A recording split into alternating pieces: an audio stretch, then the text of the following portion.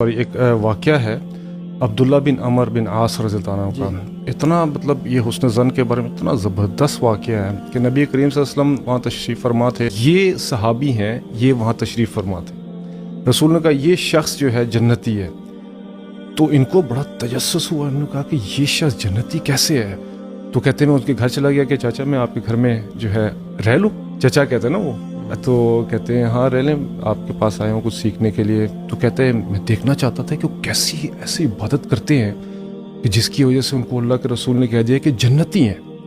تو کہتے ہیں میں گیا ان کے گھر، ایک دن ٹھہرا. میں نے کہا بھی رات کو اٹھیں گے اور ساری رات تہجد پڑھیں گے.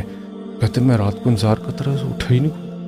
اس کے بعد صبح ہوگی، میں نے کہا شاید بیمار ہوں گے. صبح فجر پڑی، انہوں نے واپس آ کے اپنے کام پہ چلے گئے. اگلا دن ہوا، میں نے کہا آج یہ رات ساری لگائیں گے، اور رات کو پھر نہیں. اسی طرح اپنا نارمل اٹھے اور اٹھ کے جا کے فجر پڑی، اور تیسرا دن ایسے ہی. اب وہ بڑا حیران کہ یہ کیا، اب یہ تو عبادات کا پہاڑ تھے، اتنا زیادہ عمل.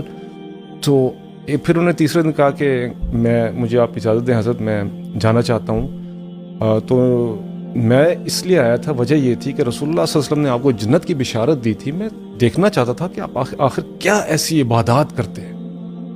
تو جاتے انہوں نے کہا کہ ہاں، کہتے ہیں عبادات تو میں کچھ نہیں کرتا، لیکن ایک کام ہے جو میں کرتا ہوں روز رات کو.